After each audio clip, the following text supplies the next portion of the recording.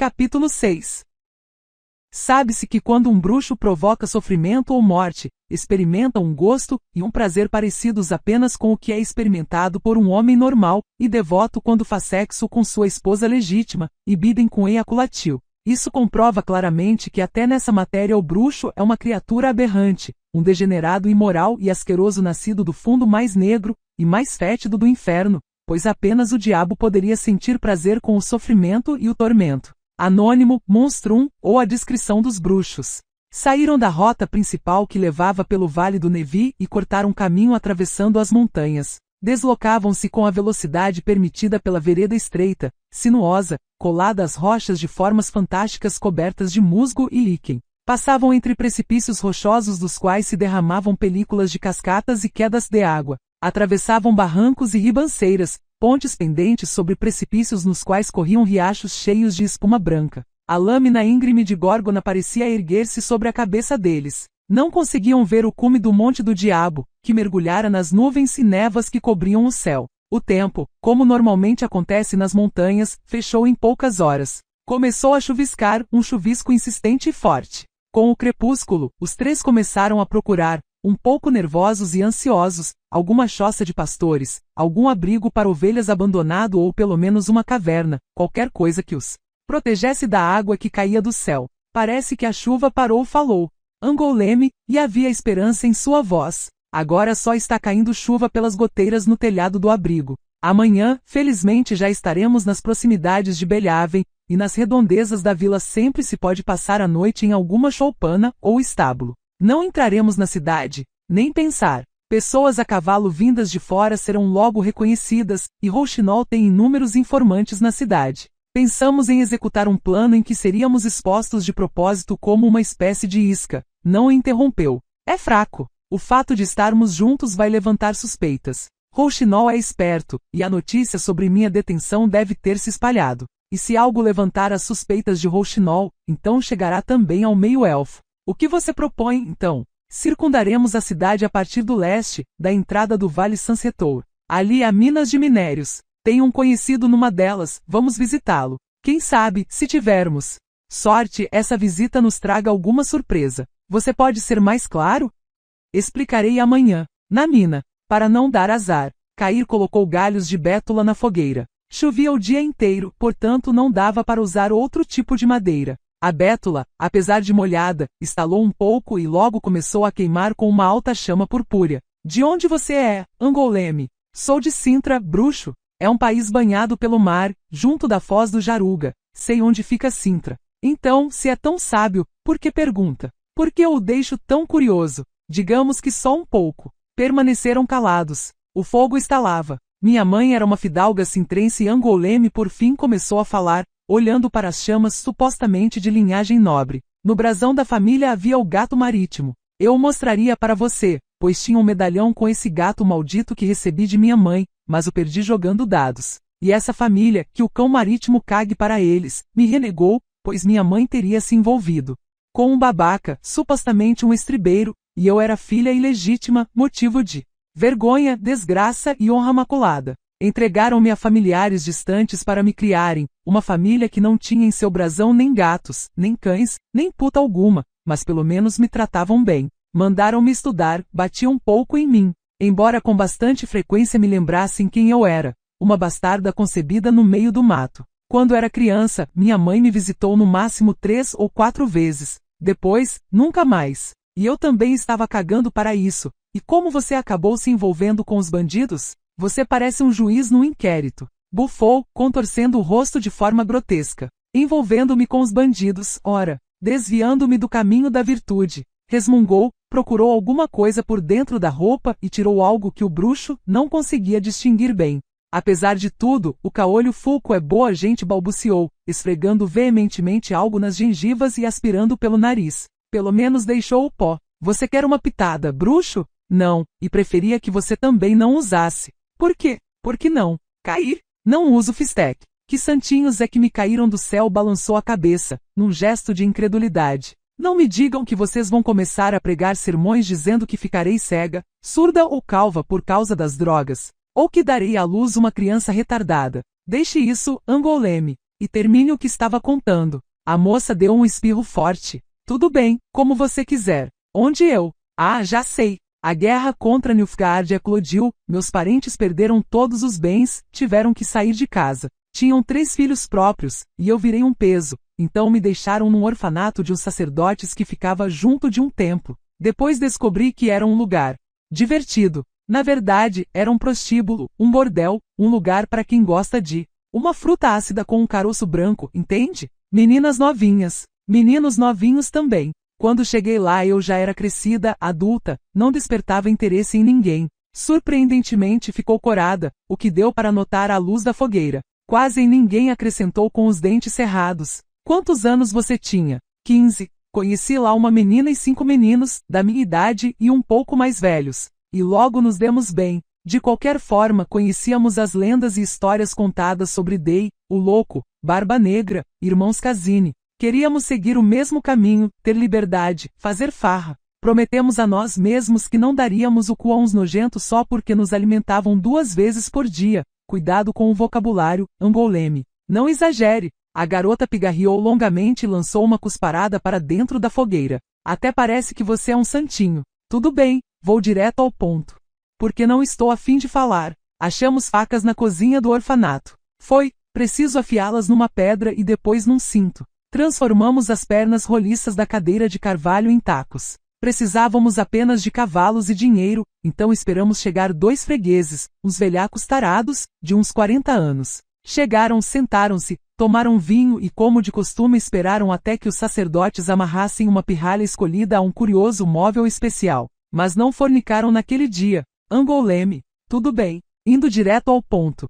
Demos porrada e matamos esses 2 velhos tarados, os 3 sacerdotes e o pajem, o único que não fugiu e que tentou defender os cavalos. O administrador do templo, que não queria nos entregar as chaves do cofre, foi submetido a torturas com fogo até se render. Poupamos sua vida, pois era um velhinho simpático, sempre gentil e bom, e seguimos para a bandidagem, para as estradas. Nossa sorte variava bastante. Às vezes ganhávamos, às vezes perdíamos, ora batíamos, ora apanhávamos bastante. Passamos fome, mas havia também dias de fartura. Mesmo assim, em geral, a fome era o pão nosso de cada dia. Caralho, comi tudo que rastejava e que dava para caçar. E das coisas que voavam, uma vez comi até uma pipa, porque havia sido montada com cola feita à base de farinha. Ficou calada e passou as mãos impetuosamente em seu cabelo clarinho, cor de palha. Ei, são coisas do passado. Só vou lhe dizer uma coisa, do grupo que fugiu comigo do orfanato, ninguém está vivo. Os 2 últimos, Owen e Abel, foram mortos há poucos dias pelos capangas do Sr. Fulco. Abel se entregou, que nem eu, mas o mataram mesmo assim, embora tivesse baixado a espada. Quanto a mim, me pouparam, mas não pense que tenha sido por piedade. Já estavam me posicionando deitada, em cruz, quando chegou um oficial que interrompeu a diversão. E foi você que me salvou do cadafalso. Ficou em silêncio por um momento. Bruxo? Diga. Eu sei agradecer. Se você quiser. Como? Eu vou ver como estão os cavalos, se disse. Cair rapidamente e levantou-se, cobrindo-se com a capa. Vou dar uma volta, nas redondezas. A moça espirrou, fungou e pigarreou. Não diga nada, Angoleme avisou realmente zangado, envergonhado e confuso. Não diga nada. Pigarreou de novo. Você realmente não sente tesão por mim? Nem um pouquinho. Você já apanhou com a cinta de milva, pirralha. Se não se calar agora, apanhará de mim também. Então vou ficar quieta já. Isso mesmo, seja uma moça bem comportada. Na encosta coberta de pinheiros tortos e recurvados havia covas e cavernas escancaradas, escoradas e firmadas com tábuas, ligadas por passarelas, escadas e andaimes. Plataformas apoiadas em postes que se cruzavam saíam para fora das covas. Sobre algumas delas, pessoas apressadas puxavam carrinhos de mão e carretas. O conteúdo dos carrinhos e carretas, que à primeira vista parecia ser terra suja e pedregosa, era jogado das plataformas em um enorme fosso quadrado. Ou então em um complexo de fossos de tamanho cada vez menor, separados por tábuas. Uma corrente de água contínua e ruidosa, canalizada desde a colina no bosque, por meio de calhas de madeira apoiadas em cavaletes baixos, atravessava aquele complexo. E do mesmo jeito essa água era retirada para baixo, para o precipício. Angoleme desceu do cavalo e com um gesto avisou Geralt e Cair, indicando que fizessem o mesmo. Deixaram os corcéis junto da cerca e dirigiram-se para as edificações, andando na lama junto das calhas e dos canos vazantes. Lixiviação do minério de ferro, falou Angoleme, apontando para o aparelho. Dali, dos poços de extração da mina, retira-se o material, depois coloca-se nos poços e lava-se com a água proveniente do riacho. Deposita-se o minério nos crivos e de lá retira-se o produto. Nas redondezas de Belhaven existem muitas minas e aparelhos como esses. E o minério é transportado para os vales, para Mag, Turga, onde há forjas e aciarias, pois lá há mais florestas, e para fundir ferro. É preciso ter madeira. Obrigado pela aula, interrompeu a Geralt em tom ácido. Eu já vi em minha vida algumas minas e sei o que é necessário para a fundição. Quando você finalmente vai nos revelar para que viemos até aqui? Para conversar com um conhecido meu que é capataz da mina. Venham comigo. Ah, estou vendo. Ali, perto da carpintaria. Vamos. É aquele anão? Sim, chama-se Golan Drozdek. Como já disse, é o capataz de mina aqui. Você já disse, mas não nos informou que quer conversar com ele. Olhem para seus sapatos. Geralt e Cair obedeceram e olharam para seus calçados, imundos de uma lama de estranha cor avermelhada. Durante a conversa com Rouxinol, o meio-elfo que estamos procurando, Angoleme, antecipou as perguntas, tinha a mesma laminha vermelhinha nas botas. Entendem? Agora sim. E o anão? Nem se atrevam a abrir a boca para falar com ele. Eu vou me encarregar da conversa. Ele precisa achar que vocês são do tipo que dá porrada. Façam cara de maus. Não precisaram fazer cara especial. Alguns mineiros que olhavam para eles rapidamente desviavam o olhar, outros ficaram estarrecidos, literalmente com a boca aberta. Os que estavam no caminho saíam às pressas. Geralt imaginava por quê. Em seu rosto, e no de Cair também, ainda se viam hematomas, equimoses, cortes e inchaço, rastros pitorescos da briga entre os dois e da surra que Milva lhes deu. Pareciam, então, sujeitos que gostavam de dar porrada um no outro, e que não precisavam de muita provocação para dar uma sova em terceiros. O anão, conhecido de Angoleme, estava parado ao pé do edifício com cartaz, carpintaria, e pintava algo num quadro montado com 2 tábuas aplainadas. Viu que estavam se aproximando, pôs de lado o pincel e o balde com a tinta e olhou desconfiado. Repentinamente, em sua fisionomia, marcada pela barba manchada, surgiu uma expressão de profundo assombro. Angoleme? E aí, Drozdek? É você? Anão abriu a boca barbuda. É você mesma? Não, não sou eu. É o ressurrecto profeta Lebioda. Faça mais uma pergunta, Golan. Uma mais inteligente para variar. Não deboche, Clara. Eu não esperava vê-la mais. Há 5 dias Molika esteve aqui. Disse que a pegaram e empalaram em Hidbrune. Jurou que era verdade. Contudo, se aprende, a moça deu de ombros. Se Molika pedir dinheiro emprestado e jurar que o devolverá, então você já sabe quanto valem seus juramentos. Eu já sabia antes, respondeu o anão, piscando os olhos rapidamente e mexendo o nariz como um coelho. Eu não lhe emprestaria nem um xelim, mesmo que ele se cagasse todo aqui ou comesse terra. Mas, eita, estou contente, realmente contente de vê-la viva e com boa saúde. Talvez você possa até pagar a dívida que tem comigo, hein? Talvez. Quem sabe? E quem são esses caras que a acompanham, Clara? Bons companheiros. Eita, que carinhas borrachudas, hein? E para onde os deuses a guiam? Como sempre, para a perdição. Angoleme aspirou uma pitada de fistec pelo nariz e esfregou,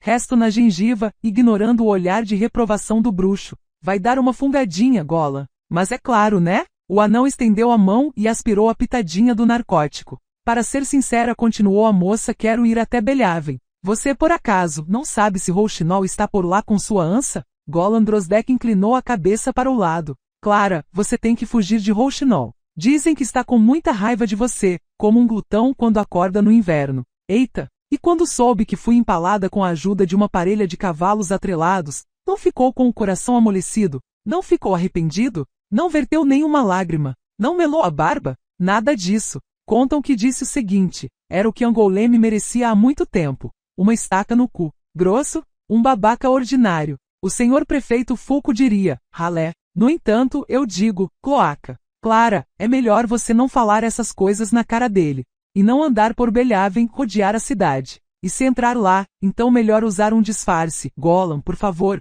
Macaco velho não aprende arte nova. Não me atreveria a ensinar macaco velho. Escute, anão. Angoleme apoiou o sapato sobre o degrau das escadas da carpintaria. Vou fazer uma pergunta. Não se apresse com a resposta. Primeiro, pense bem. Faça então. Você não viu, por acaso, um meio-elfo andando por aí ultimamente? Um estranho, alguém de fora. Golan Drozdek inspirou o ar, espirrou com força e limpou o nariz com o pulso. Você diz um meio-elfo? Que meio-elfo? Não se finja de burro, Drozdek. Um tal que contratou Rouxinol para prestar um certo serviço. Um contrato fresquinho. Para matar um certo bruxo? Bruxo? Golan Drozdek riu, levantando sua tábua do chão. Que coisa! Pois, curiosamente, estamos exatamente à procura de um bruxo. Pintamos e montamos letreiros nas redondezas. Veja só, precisa-se de um bruxo. Boa gratificação providencia-se hospedagem e alimentação maiores.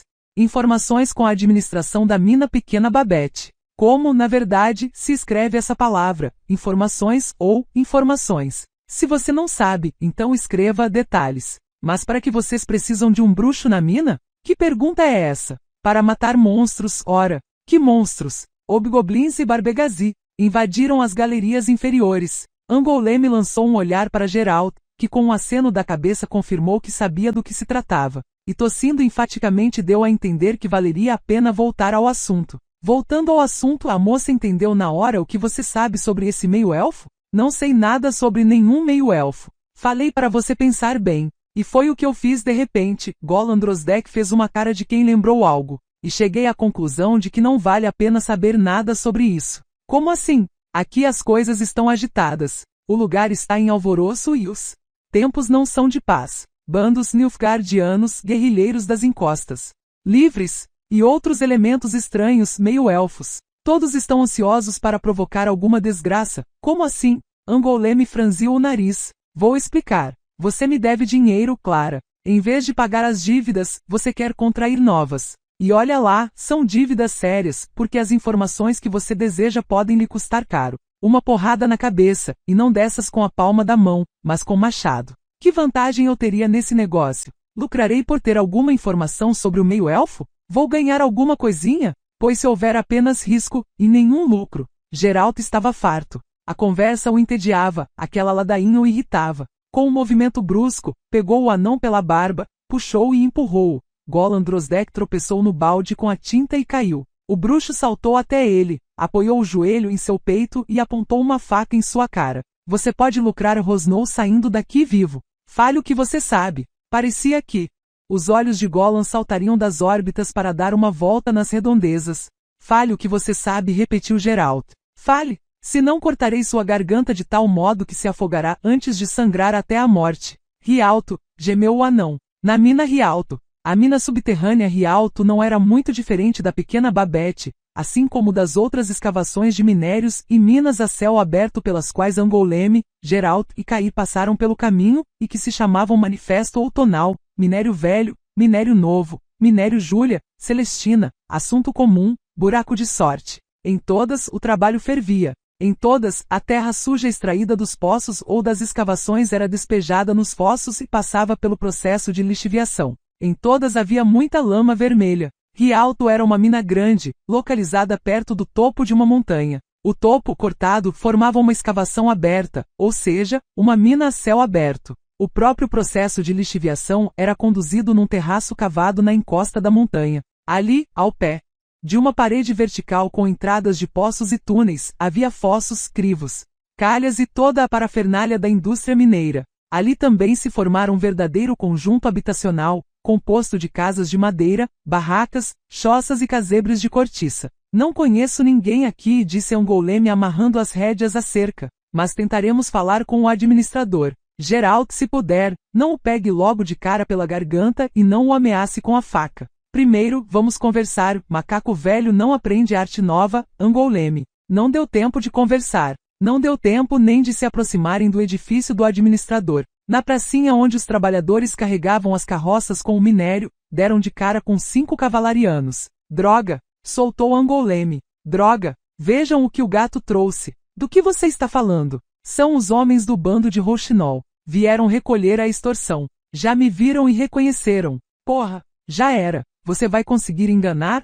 Não contem com isso. Por quê? Eu roubei Rouxinol quando estava fugindo de sua ança. Não vou me poupar, mas vou tentar. Fiquem calados. Abram os olhos e estejam prontos para tudo. Os homens a cavalo aproximaram-se. Havia 2 à frente, um de cabelo longo e grisalho que usava pele de lobo, e um jovem alto de barba bem grande para cobrir as cicatrizes causadas pela acne. Fingiam-se de indiferentes, mas Geralt notou o brilho de ódio disfarçado nos olhares que lançavam para Angoulême. Clara, Novozad e Hel, bem-vindos. Temos um dia bonito hoje, não é? Pena que está chovendo. O grisalho desceu do cavalo, saltando da sela, transpondo a perna direita com ímpeto sobre a cabeça do cavalo. Os outros também desceram. O grisalho passou as rédeas ao altão de barba, chamado de Irhel, e chegou mais perto. Aí está e disse, nosso corvo falastrão. Você aqui viva e com saúde? E até consigo mexer as pernas. Pirralha rabugenta. Segundo os boatos, você deveria estar se mexendo, mas numa estaca. Dizem que caiu nas mãos do caolho Fulco. Dizem que durante as torturas você cantou que nem uma rola, falou tudo o que queriam saber. Segundo os boatos, Novozad bufou Angoulême, sua mãe pedia apenas 4 timpos dos fregueses, mesmo assim ninguém queria pagar mais de 2. O bandido lançou uma cusparada a seus pés, num gesto de desprezo. Angoulême rosnou de novo, como uma gata. Novozad disse com insolência, colocando as mãos na cintura, tem um negócio para tratar com Rouxinol. Interessante porque ele também tem um negócio para tratar com você. Cale a boca e escute, ainda estou com vontade de falar. Faz 2 dias, a 1 milha de distância de Riedbrunn, eu e estes camaradas aqui matamos aquele bruxo para quem havia um contrato fresquinho. Entende? Novozad lançou um olhar expressivo a seus companheiros, depois puxou as luvas e examinou Geralt e cair com o olhar. Seus novos camaradas repetiu, devagar. Ah, vejo pelas caras que não são sacerdotes. Você diz que mataram um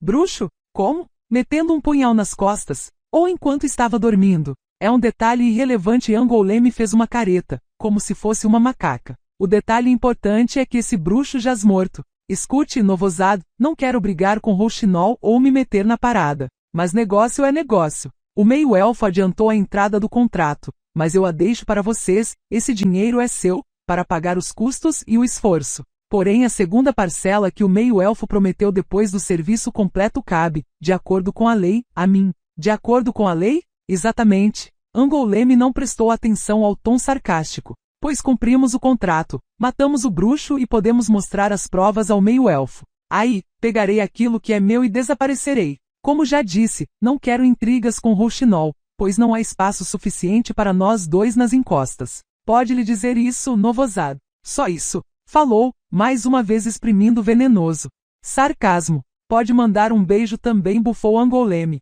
Pode mostrar a bunda para ele em meu nome, per procura. Eu tenho uma ideia melhor, afirmou Novozad, olhando de esguelha para os companheiros. Levarei sua própria bunda até o Rouxinol, Angoulême. Eu a levarei amarrada, e aí ele acordará e acertará tudo com você. Fará as contas também, todas, e resolverá a quem cabe o dinheiro pelo contrato com o meio-elfo Sirihu, e descontará o que você roubou, e resolverá o fato de que as encostas são demasiado estreitas para nós todos. Dessa maneira tudo se acertará, nos mínimos detalhes. Há um problema, Angoulême abaixou as mãos. Como você quer me levar até ele, Novozad? Assim, ó, o bandido estendeu a mão, pela nuca. Geralt desembainhou-se num relâmpago e colocou-o debaixo do nariz de Novozad. Desaconselho, vociferou. Novozad saltou para trás e sacou a espada. Irhel assobiou e tirou o sabre da bainha em suas costas. Os outros fizeram o mesmo. Desaconselho, repetiu. Bruxo. Novozad xingou e passou os olhos pelos companheiros.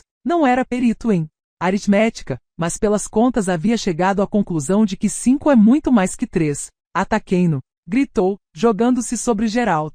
Matem-no. O bruxo deu meia volta, esquivou-se do golpe e revidou, cortando Novozad na têmpora. Antes que ele caísse, Angoulême abaixou-se num lance curto, a faca zuniu no ar e Irhel, que estava atacando, cambaleou. O cabo de osso saltava debaixo de seu queixo. O bandido soltou o sabre, com as 2 mãos arrancou a faca de seu pescoço, xingou, vomitando sangue. Angoulême saltou, chutando seu peito e derrubando-o no chão. Geralt estraçalhou o outro bandido. Cair matou o seguinte, e algo parecido com uma porção de melancia se soltou do crânio do patife sob o golpe poderoso da espada nilfgaardiana. O último bandido fugiu, saltou até o cavalo. Cair arremessou a espada para cima, segurou a lâmina e lançou-a feito um dardo, acertando exatamente entre as escápulas. O cavalo relinchou, puxou a cabeça, abaixou-se, bateu os cascos e arrastou pela lama vermelha o cadáver com a mão apertada nas rédeas. Tudo durou menos de 5 batimentos cardíacos. Gente, Alguém gritou por entre as edificações. Gentei! Socorro! Assassinato! Assassinato! Estão assassinando! Exército! Chamem o exército! Gritou outro mineiro, afastando as crianças, que, como todas as crianças de qualquer lugar no mundo, surgiram ninguém sabe de onde para olhar e vaguear por entre as pernas dos presentes. Alguém corra a chamar o exército! Angoleme levantou sua faca, limpou e embainhou-a, que corra, sim! Gritou de volta, olhando para os lados. Vocês mineiros, são cegos, ou o quê? Foi autodefesa. Eles nos assaltaram, canalhas. Por acaso não os conhecem? Foi pouco o mal que lhes causaram? Foi pouca a extorsão que praticaram? Espirrou com força. Depois arrancou um saquetel do cinto de Novosad, que agonizava em tremores. Debruçou-se sobre Irel. Angoleme. O quê? Deixe. E por quê? É a recompensa. Você tem dinheiro sobrando? Angoleme. Ei, você se de repente, ressoou uma voz melodiosa. Venham até aqui. Na porta escancarada do barracão que servia de armazém das ferramentas havia 3 homens. 2 eram os fortões de cabelo curto, testa pequena, e com certeza, inteligência limitada. O terceiro o que gritou era um vistoso homem extremamente alto, de cabelo escuro. Ouvi, sem querer, a conversa que antecedeu o ocorrido, falou o homem. Não acreditei muito no assassinato do bruxo, pensei que se tratasse apenas de conversa fiada. Agora já mudei de ideia. Entrem aqui no barracão. Angoleme inspirou forte. Olhou para o bruxo e acenou com a cabeça num gesto que quase passou despercebido. O homem era um meio-elfo. O meio-elfo Sirihu era alto, ultrapassava, tranquilamente, a altura de 6 pés. Seu longo cabelo escuro estava preso num rabo de cavalo que lhe caía sobre as costas. Seus grandes olhos, meio verdes, meio dourados e amendoados, como os de um gato, revelavam sangue. Mestiço. Então foram vocês que mataram o bruxo, repetiu, lançando um sorriso pouco agradável. Antecipando Homer Stragen, o Rouxinol? Interessante. Realmente interessante. Vou direto ao ponto. Então é a vocês que preciso pagar os 50 florins. A segunda parcela. Stragen recebeu seus 50 de graça, então. Não pensem que ele devolverá o dinheiro. Como vou acertar as contas com Rouxinol já é problema meu, falou Angoleme, sentada numa caixa, balançando as pernas. O contrato relativo ao bruxo era de serviço prestado. E fomos nós que fizemos o serviço. Não foi Rouxinol, fomos nós. O bruxo já foi enterrado. Seus companheiros, todos os 3, também já estão mortos. O que prova que o contrato foi cumprido. É o que vocês afirmam. E como foi? Angoleme não parava de balançar as pernas. Quando ficar velha, afirmou em seu costumeiro tom rabugento, escreverei a história de minha vida. Descreverei como isto, aquilo e todo o resto aconteceu. Precisa aguentar até lá, senhor Sirihu. Ah, senhora tem tanta vergonha disso, observou o mestiço com frieza. Então cumpriram o trato de forma muito traiçoeira e ordinária. E o senhor vê algum problema nisso? Geralt perguntou. Sirihu examinou-o atentamente. Não respondeu após um instante. O bruxo Geralt de Rivia não merecia destino melhor. Era ingênuo e tolo. Se tivesse uma morte mais bonita, honesta e honrosa, surgiriam lendas a respeito dele, e ele não merecia virar lenda. A morte é sempre igual. Nem sempre o meio-elfo acenou com a cabeça, num gesto de negação, tentando ainda mirar os olhos de Geralt escondidos sob a sombra do capuz. Garanto que nem sempre. Imagino que foi você que executou o golpe mortal. Geralt não respondeu. Sentiu uma vontade incontrolável de pegar o mestiço pelo rabo de cavalo, lançá-lo no chão e arrancar dele todas as informações, tirando seus dentes com o pomo da espada. Mas conseguiu conter-se. O juízo lhe dizia que a história inventada por Angoleme poderia dar melhores resultados. Como quiserem, disse Sirihu, sem receber nenhuma resposta. Não vou insistir que me relatem o ocorrido. Pelo visto, não querem falar sobre o que aconteceu, pelo que parece não há nada de que possam se gabar. Claro, se esse silêncio não for o resultado de algo completamente diferente. Por exemplo, não ter ocorrido nada. Vocês têm algo que possa provar sua declaração? Cortamos a mão direita do bruxo morto, respondeu Angoleme sem emoções. Mas depois um gambá furtou e comeu. Então temos apenas isto aqui. Geralt desabotoou a camisa lentamente e tirou o medalhão com a cabeça de lobo. O bruxo usava isto no pescoço. Passe-o para mim. Geralt não hesitou muito. O meio-elfo pesou o medalhão na mão. Agora acredito, falou devagar. O bibelô emana uma forte magia. Algo assim poderia ter sido usado apenas por um bruxo.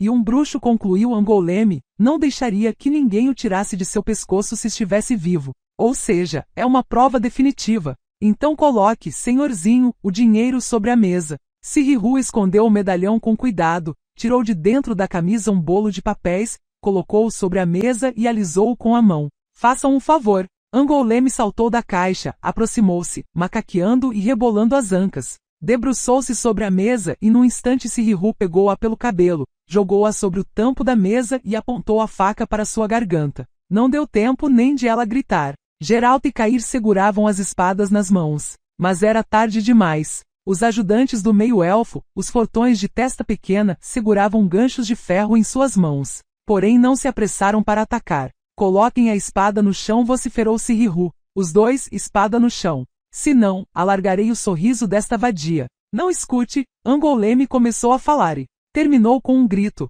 pois o meio-elfo girou o punho agarrado em seu cabelo e cortou levemente a pele com o punhal. Um fio de sangue brilhoso escorreu em seu pescoço. Coloquem a espada no chão. Não estou brincando. Talvez a gente consiga fazer algum acordo. Geralt, ignorando a raiva que lhe fervia por dentro, decidiu jogar uma isca. Como pessoas bem-educadas. O meio-elfo riu com malícia. Entrar em acordo? Com você, bruxo? Fui mandado para cá para acabar com você, e não para conversar. Foi sim, aberração. Foi você que montou esse disfarce todo, essa peça de teatro, e eu o reconheci logo, à primeira vista. Você me foi descrito de forma detalhada. Pelo menos suspeita quem o descreveu com tantos pormenores? Quem me indicou precisamente onde e com quem eu o acharia? Com certeza deve ter alguma ideia. Solte a garota. Mas eu o conheço não apenas graças a essa descrição, continuou Sirihu, sem considerar a possibilidade de soltar Angoleme. Eu já o vi antes. Até o segui uma vez.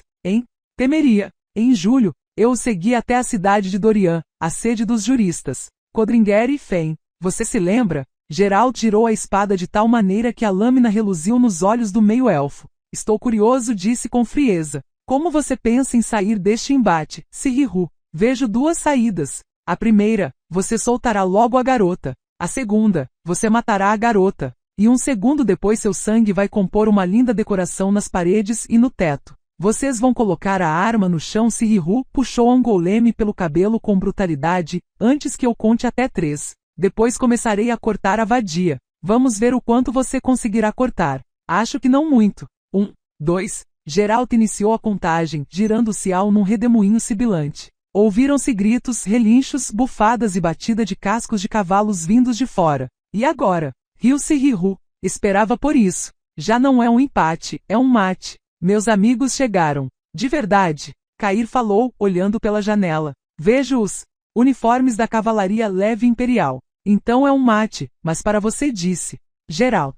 Você perdeu, Sirihu. Solte a garota. Nem pensar. A porta do barracão cedeu sob os chutes, e uma dezena de homens entraram, liderados por um barbudo de cabelo claro com um urso prateado na brafoneira. A maioria deles usava o mesmo uniforme negro. Que é isso, X? Perguntou em tom ameaçador. O que está acontecendo aqui? Quem é responsável por essa confusão? Por esses cadáveres no pátio? Falem agora. Senhor comandante Glaedi Van Voort, soltem as espadas. Obedeceram, pois estavam na mira de bestas e arbaletes. Angoleme, solta por Sirihu, quis lançar-se para longe da mesa, mas, de repente, ficou presa nas garras de um soldado de estatura forte, com vestimenta colorida e olhos de sapo, arregalados. Queria gritar, mas o soldado cobriu sua boca com o punho inovado. Vamos dispensar o uso de violência. Geralt fez uma proposta fria ao comandante com o urso. Não somos bandidos. Que coisa! Agimos sob o consentimento e o conhecimento do Sr. Fulco Artevelde, prefeito de Hidbrune. Que coisa! Repetiu o urso, indicando a seus homens que levantassem e tirassem a espada de Geralt e Cair. Sob o consentimento e o conhecimento do Sr. Fulco Artevelde. O importante Sr. Artevelde. Vocês ouviram, rapazes? Seus homens, os negros e os coloridos, caíram todos num coro de gargalhadas. Angoleme sacudiu-se toda no aperto do olhos de sapo, tentando gritar em vão. E sem necessidade. Geralt já sabia, mesmo antes que Sirihu, sorridente, trocasse apertos de mão. Antes que 4 Nilfgaardianos pegassem Cair e outros 3 apontassem bestas diretamente para seu rosto. O olhos de sapo empurrou Angoleme para as mãos dos camaradas. Ela ficou suspensa em suas garras feito uma boneca de pano. Nem tentou se defender. O urso aproximou-se lentamente de Geralt, e de repente, deu um golpe em sua virilha com o punho encouraçado. Geralt curvou-se, mas não caiu. ficou em pé graças à gélida raiva. Talvez fique contente com a notícia de que não são os primeiros tolos que o caolho Fulco usou para seus próprios fins, se falou o urso. O que o incomoda são os negócios lucrativos que faço aqui com o Sr. Homer Stragen, chamado por alguns de Rouxinol. Fulco não consegue se conformar por eu ter aceitado Homer Stragen no serviço imperial e o ter nomeado comandante da Companhia Voluntária de Segurança das Minas. Já que não pode se vingar oficialmente, contrata vários salteadores. E bruxos, interrompeu-se Rihu, sorridente, num tom malicioso. Lá fora, falou alto urso, há 5 cadáveres pegando chuva. Assassinaram pessoas que estavam a serviço imperial. Perturbaram o trabalho na mina. Não tenho nenhuma dúvida, vocês são espiões, sabotadores e terroristas. Neste território as leis vigentes são as leis de guerra. Portanto, condeno-os à morte, via procedimento sumário. O Olhos de Sapo soltou uma gargalhada. Aproximou-se de Angoleme, imobilizada pelos bandidos, pegou em seu seio num movimento rápido, apertou com força. E aí, Clara? Coachou, e sua voz, como se descobriu, o fazia parecer ainda mais com um sapo. Seu apelido de bandido, caso tivesse sido dado por ele mesmo, comprovava seu senso de humor. E se era para ser um nome de guerra, então cumpriu seu papel de forma extraordinária. Então nos encontramos de novo. O rouxinol anfíbio coachou novamente, beliscando Angoleme no peito. Você está feliz? A moça gemeu de dor. Onde estão as pérolas e as pedras que você me roubou, sua puta? O caolho Fulco as confiscou em depósito. Gritou Angoleme, que não conseguia esconder o medo. Vá até ele e peça de volta. Rouxinol coachou e arregalou os olhos. Se agora parecia um verdadeiro sapo, era só esperar para vê-lo caçar moscas com a língua. Beliscou Angoleme com mais força ainda, ela sacudiu-se toda e gemeu mais alto, pois a dor que sentiu foi ainda maior. Ela mais uma vez começou a ficar parecida com Seri, atrás da névoa rubra, de raiva que cobriu os olhos de Geralt. Peguem os dois, ordenou o urso. Inquieto. Levem para o pátio. É o bruxo, hesitou um dos bandidos da Companhia de Segurança das Minas de Rouxinol. Caracterlic. Como pegá-lo com a mão nua? Ele pode lançar algum feitiço ou outra coisa. Não tenha medo, se Rihu, sorridente, apalpou seus bolsos. Sem o amuleto de bruxo não conseguirá lançar feitiços, e quem está em posse do amuleto sou eu. Podem pegá-lo sem medo. No pátio esperavam mais nilfgaardianos armados de capas negras, junto com a ança colorida de Rouxinol. Reuniu-se também um grupo de mineiros. As crianças e os cachorros onipresentes rodeavam por lá também. De repente Rouxinol descontrolou-se, como se tivesse sido possuído pelo diabo. Começou a coachar com raiva, deu um soco em Angoleme, e quando ela caiu, chutou-a sem parar. Geralt se soltou dos bandidos, mas foi atingido na nuca por algo duro. Diziam, coachou Rouxinol, saltando por cima de Angoleme feito uma rã louca. Que você foi empalada pelo Queen Hidbrune, sua vadiazinha. Então a estaca lhe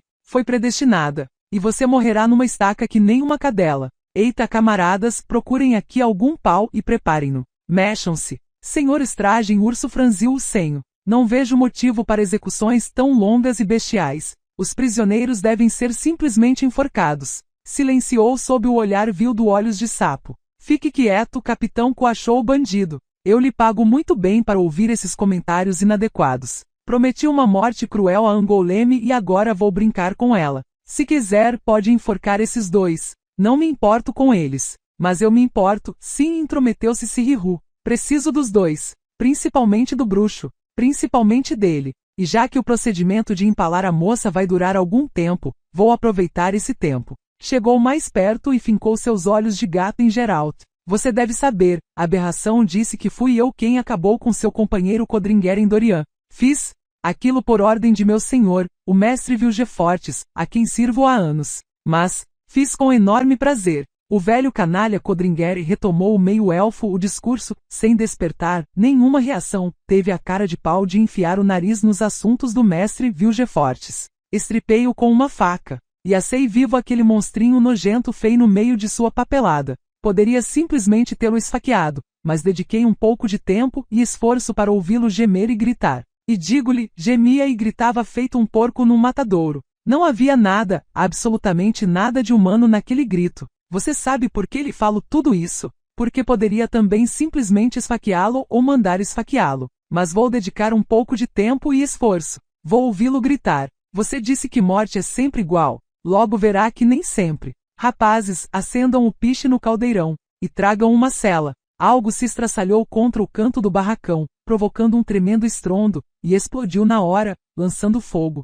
O segundo recipiente com petróleo Geralt reconheceu pelo cheiro e acertou diretamente o caldeirão. O terceiro estraçalhou-se junto daqueles que seguravam os cavalos. Ouviu-se um estrondo, as chamas estouraram, os cavalos entraram em pânico. Formou-se um redemoinho. Um cachorro em chamas, uivando, caiu para fora da voragem. Um dos bandidos de Rouxinol abriu os braços e caiu na lama com uma flecha nas costas. Vivam as encostas livres! No topo da montanha, nos andaimes e passarelas passaram vultos de capas cinzentas e gorros de pele. Outros projéteis de fogo caíram sobre as pessoas, os cavalos e os barracões da mina feito fogos de artifício que arrastavam atrás de si tranças de labaredas e fumaça. 2 acertaram a oficina, no chão coberto de serradura e cavacos de madeira. Vivam as encostas livres! Morte aos ocupantes nilfgaardianos. Zuniram flechas e setas pelo ar. Um dos nilfgaardianos negros desabou do cavalo, tombou. Um dos bandidos de Rouxinol com uma flecha atravessada na garganta, derrubou um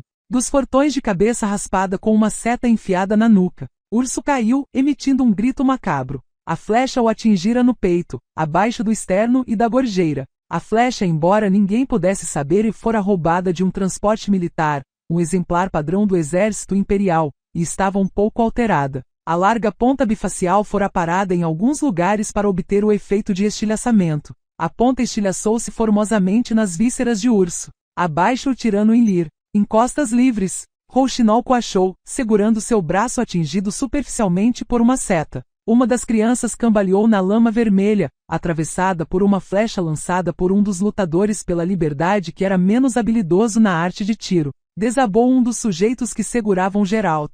Tombou um dos que prendiam Angoleme. A garota safou-se do outro, imediatamente sacou a faca da gáspia do sapato e cortou-o com um golpe. Tomada pelo fervor, não acertou a garganta de Rouxinol, entretanto destruiu sua bochecha com maestria, quase atingindo seus dentes. Rouxinol coachou ainda mais alto e ficou de olhos ainda mais arregalados. Caiu de joelhos, jorrando sangue por entre as mãos, com as quais segurava o rosto. Angoleme deu um uivo horroroso, saltou até ele para completar a obra, mas não conseguiu, porque outra bomba explodiu entre ela e Rouxinol, estourando em chamas e fedorentas nuvens de fumaça. Ao redor, o fogo já crepitava e tudo foi tomado por um pandemônio de chamas. Desvairados, os cavalos relinchavam e davam coices. Os bandidos e nilfgaardianos berravam. Os mineiros corriam assustados, uns fugiam, outros tentavam apagar o fogo nos edifícios incendiados. Geralt conseguiu levantar o cial que o urso deixara cair. Cortou levemente a testa da mulher alta de cota de malha que se lançou com uma estrela de alva contra Angoleme,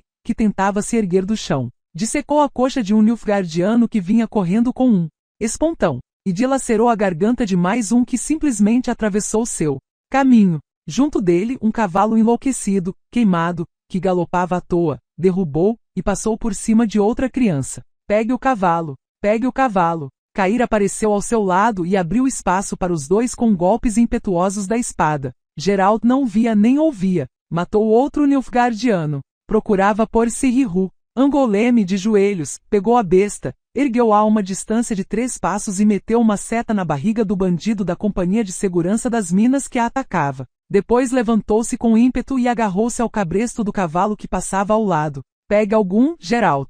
Gritou Cair. E vamos embora daqui. O bruxo dissecou mais um nilfgaardiano, com um corte executado de cima, do externo até o quadril. Sacudiu a cabeça violentamente para tirar o sangue das sobrancelhas e dos cílios. Sihirru, onde você está, filho da mãe? Corte, grito, gotas quentes no rosto, piedade. Uivou um rapaz de uniforme negro ajoelhado na lama. O bruxo hesitou. Tenha juízo, berrou Cair, agarrando-o pelos ombros e sacudindo-o com força. Tenha juízo. Você enlouqueceu? Angoleme voltava a galope, segurando o outro cavalo pelas rédeas. Perseguiam-na 2 cavaleiros. Um caiu acertado pela flecha de um guerrilheiro das encostas livres. O outro foi varrido da cela pela espada de Cair. Geralt saltou para a cela. E foi então que viu Sihirru na luz do incêndio, chamando para si os nilfgaardianos, tomados por pânico. Rouxinol, que com o rosto ensanguentado parecia um troll comedor de gente, coachava e vociferava sacrilégios. Geralt berrou com raiva, virou o cavalo, rodopiou a espada. Cair, que estava junto dele, gritou e xingou, oscilou sobre a cela, e num instante o sangue cobriu seus olhos e seu rosto. Geralt, ajude! Sirihu concentrou um grupo de homens em torno de si. Ralhava, ordenava que atirassem das bestas. Geralt deu um tapa na garupa do cavalo com a parte achatada da espada, pronto para um ataque suicida. Sirihu tinha que morrer, o resto não tinha importância. Não importava nada, Cair não importava. Nem Angoleme, Geralt. Gritou Angoleme. Ajude Cair. Acalmou-se e ficou com vergonha. Segurou e apoiou. Cair limpou os olhos com a manga, e o sangue logo os cobriu de novo. Não é nada, só uma fissura. Sua voz tremia. Aos cavalos, bruxo. A galope, atrás de Angoleme. A galope. Um grito horrendo ressoava ao pé da montanha de onde vinha correndo uma multidão munida de picaretas, pés de cabra e machados. Eram os mineiros vindos das minas vizinhas, buraco de sorte ou assunto comum, que se apressavam para ajudar seus colegas e companheiros da mina Rialto, ou de outras minas. Quem saberia? Geralt apressou o cavalo fincando nele os calhancares. Galoparam, num louco ventre a terra. Corriam sem olhar para trás, rentes aos pescoços dos cavalos. Angoleme ficou com o melhor corcel, um pequeno cavalo, bandoleiro, mas ágil e de raça tártara. O cavalo de Geralt, um alazão com arreio nilfgaardiano, começou a roncar e engasgar, com dificuldade de manter a cabeça reta. O cavalo de Cair, também militar, era mais forte e mais resistente, mas dava na mesma, pois o cavaleiro é que tinha dificuldade, balançava-se na sela, apertava as coxas de qualquer jeito e jorrava sangue em grandes quantidades sobre a crina e o pescoço do ginete. Mesmo assim continuavam galopando. Angoleme, que fora mandada à frente, já esperava por eles na curva, no lugar onde o caminho levava para baixo, serpeando entre as rochas. Perseguição, arfou, espalhando a sujeira no rosto. Vão perseguir-nos, não nos deixarão em paz. Os mineiros viram por onde fugimos. Não deveríamos ficar na estrada. Precisamos adentrar as florestas, os ermos. Despistá-los, não protestou o bruxo, ouvindo com preocupação os sons vindos dos pulmões do cavalo. Precisamos seguir pela estrada, pelo caminho mais fácil e mais curto até. Sansetor, por quê? Não temos tempo para falar agora. Vamos, apressem os cavalos até tirar o fôlego deles. Galopavam, e o alazão do bruxo roncava. O alazão não prestava para continuar o caminho. Mal conseguia andar sobre as pernas, que estavam duras como tacos de madeira. Arfava, expirava o ar esbaforindo e com rouquidão. Por fim caiu de lado, deu um coice rígido, fitou o cavaleiro, e em seu olhar embaçado via-se reprovação. O cavalo de Cair estava um pouco melhor, porém Cair estava pior. Simplesmente caiu da sela, levantou-se, mas só conseguiu ficar de quatro. E vomitou com violência, embora não tivesse o que vomitar. Gritou quando Geralt e Angoleme tentaram tocar em sua cabeça ensanguentada. Porra, ela falou. Olhe só com que cabelinho eles o deixaram. A pele sobre a testa e as têmporas do jovem nilfgaardiano, junto com o cabelo, estava em grande parte separada do crânio. Se não fosse pelo fato de o sangue já ter formado um coágulo pegajoso, o pedaço solto teria caído sobre a orelha. O aspecto era macabro. Como aconteceu isso? Lançaram um machadinho que atingiu certinho a cabeça dele. Para ser mais engraçado, não foi nenhum negro, nem os homens de Rouxinol. Quem fez isso foi um dos mineiros. Tanto faz quem fez esta obra. O bruxo apertou a cabeça de Cair com a manga que arrancou de sua camisa. O importante é que, por sorte, era fraco. Só o escalpelou, mas poderia ter despedaçado sua cabeça. Mesmo assim, os ossos do crânio também foram bastante atingidos. Inclusive seu cérebro sentiu o impacto. Cair não conseguirá se sustentar na sela, mesmo se o cavalo aguentar seu peso. Então o que vamos fazer? Seu cavalo morreu, o dele também está quase morto, e o meu está exausto. E há uma perseguição atrás de nós. Não podemos ficar aqui, precisamos ficar aqui. Eu e Cair, e o cavalo de Cair. Você vai seguir caminho, o mais rápido possível. Seu cavalo é forte, aguentará a corrida. Você pode forçá-lo até ficar esgotado. Angoleme, lembre que Regis, Milva e Jaskier esperam por nós em algum ponto do Vale Sansetor. Não sabem de nada e podem cair nas mãos de Sirihu. Você precisa achar e avisá-los, e depois vocês quatro vão com toda a força dos cavalos até Tolsain. Ali ninguém vai persegui-los. Espero. E você e Cair? Angoleme mordeu os lábios. O que vai acontecer com vocês? Rouxinol não é burro. Quando vir um cavalo semi-morto, vai revirar todos os buracos nas redondezas. E você não conseguirá se afastar para muito longe com Cair. Sirihu, pois é ele que nos persegue, irá atrás de você. Você acha? Tenho certeza. Vá. O que a titia vai falar quando eu aparecer por lá sem vocês? Você vai explicar tudo, mas não a Milva. Vai explicar a Regis. Ele saberá o que fazer. E nós, quando a pele se prender um pouco mais ao crânio, iremos até Toussaint. Lá nos encontraremos de alguma maneira. Vá, não perca tempo, garota. Monte no cavalo e vá. Não deixe que a perseguição se aproxime demais.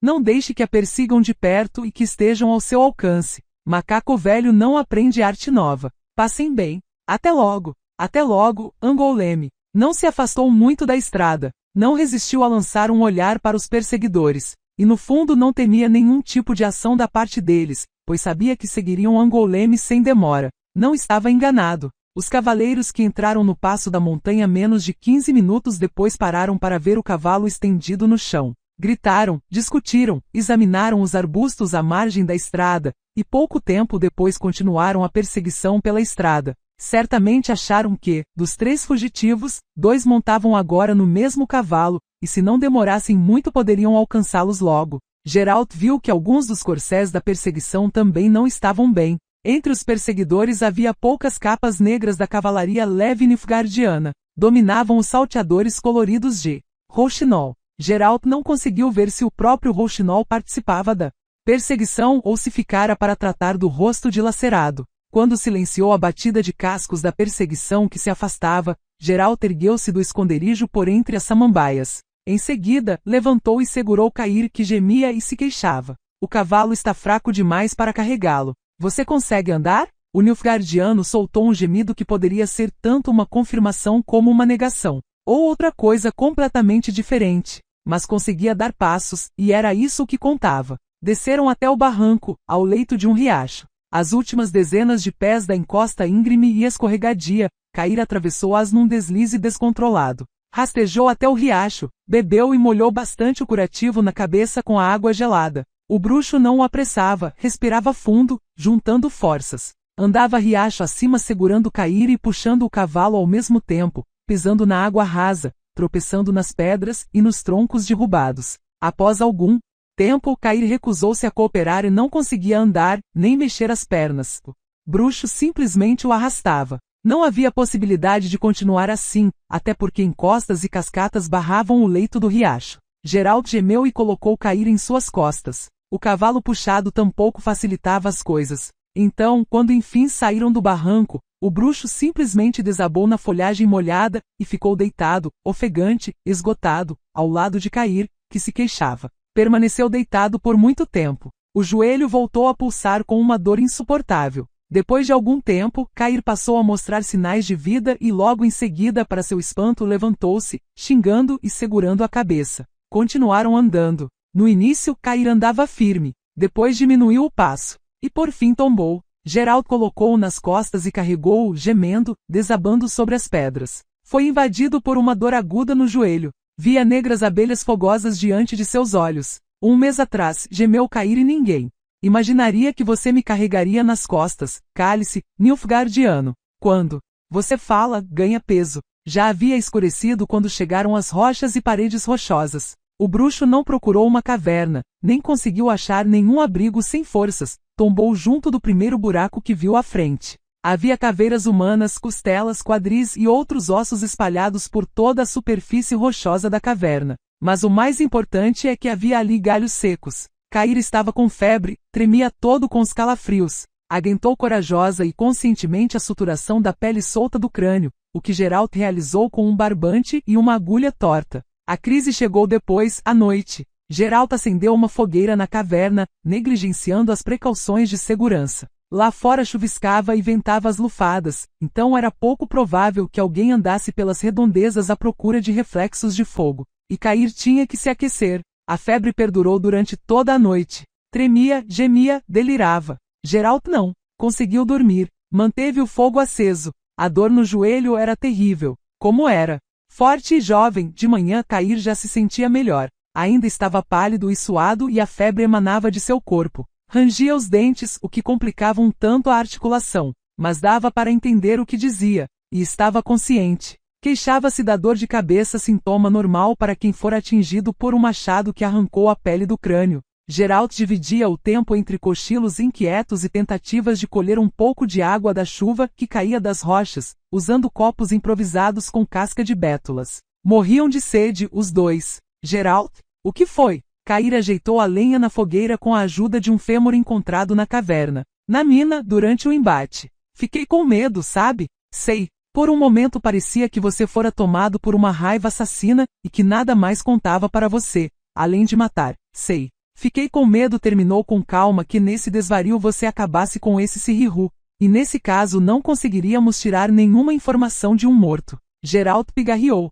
Gostava cada vez mais do jovem Nilfgaardiano. Não era apenas corajoso, mas também inteligente. Você fez certo de mandar Angoleme, continuou Cair, rangendo os dentes levemente. Não é para garotas, nem do tipo dela. Nós dois resolveremos sozinhos. Vamos atrás da perseguição, mas não para assassinar tomados por uma fúria de Berserk. Aquilo que você falou uma vez sobre a vingança. Geralt, até numa vingança é preciso ter método. Pegaremos esse meio-elfo e o forçaremos a nos dizer onde está Ciri. Ciri está morta. Não é verdade. Não acredito na morte dela. E você também não acredita. Admita. Não quero acreditar. Lá fora o vento zunia, a chuva rumorejava. A caverna era aconchegante. Geralt, o que foi? Ciri está viva. Sonhei de novo. É verdade que algo fatal aconteceu no equinócio. Sim, com certeza, eu senti e vi. Mas ela está viva, sem dúvida. Precisamos nos apressar. Não para vingar ou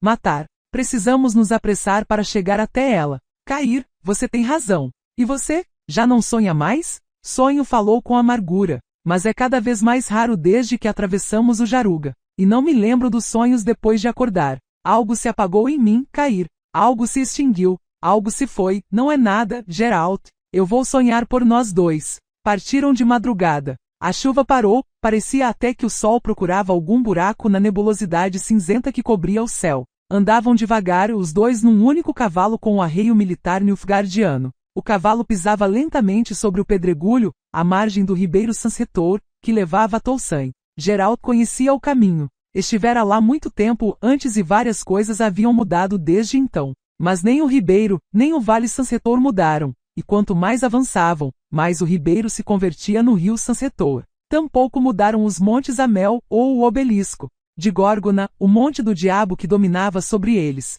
Um soldado não questiona as ordens, dizia Cair, apalpando o curativo na cabeça. Não analisa, não reflete sobre elas, não espera que alguém lhe esclareça seu sentido. Lá na minha terra é a primeira coisa que ensinam a um soldado. Então, você pode imaginar que não pensei sobre a ordem que me foi dada, nem por um segundo. Nem questionei porque fui eu que recebi a missão de prender essa princesa sintrense. Ordem é ordem. Estava com raiva, pois claro que queria ganhar fama lutando contra outros cavaleiros numa tropa regular. Mas, lá na minha terra, participar do serviço secreto também é considerado honroso. Quem me dera que se tratasse de uma tarefa mais difícil, de um preso mais importante. Mas uma mulher? Geralt jogou a espinha dorsal de uma truta para dentro da fogueira. Antes do anoitecer, no riacho que desaguava em Sansetor, pescaram uma quantidade de peixe suficiente para ficarem plenamente satisfeitos. As trutas estavam na época de desova e era fácil apanhá-las. Ouvia a história, contada por Cair, e a curiosidade se debatia nele com um sentimento de profunda desolação.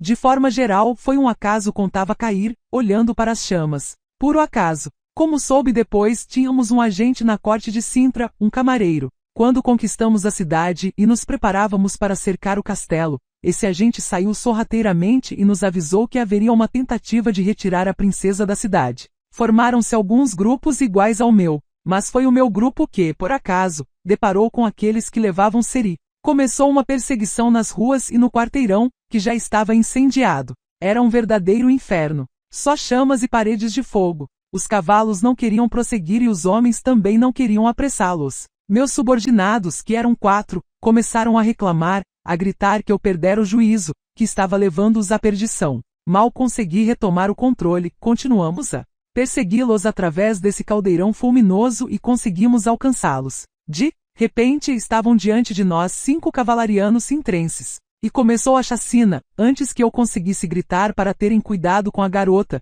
que instantaneamente caiu no chão, porque o sujeito que a levava na sela foi o primeiro a morrer. Um dos meus a levantou e a colocou em seu cavalo, mas não conseguiu se afastar muito, pois um dos sintrenses o esfaqueou nas costas e a arma atravessou seu corpo. Vi o gume passar a distância de 1 polegada da cabeça de Ciri, que caiu mais uma vez na lama. Estava semiconsciente de medo. Vi-a encostar no morto, tentar se arrastar para debaixo dele, como se fosse uma gatinha junto de uma gata morta. Ficou em silêncio, deu até para ouvi-lo engolir a saliva. Nem sabia que estava abraçando um inimigo, um repugnante Nilfgaardiano. Ficamos sozinhos, retomou o discurso após um momento. Ela e eu, e cadáveres e chamas em volta. Ciri rastejava numa poça, e a água e o sangue começaram a evaporar com intensidade. A casa desabou, quase não via nada através das faíscas e da fumaça. O cavalo não queria chegar perto de lá. Eu a chamava, pedia que viesse até mim. Fiquei rouco tentando ser ouvido naquele crepitar do fogo,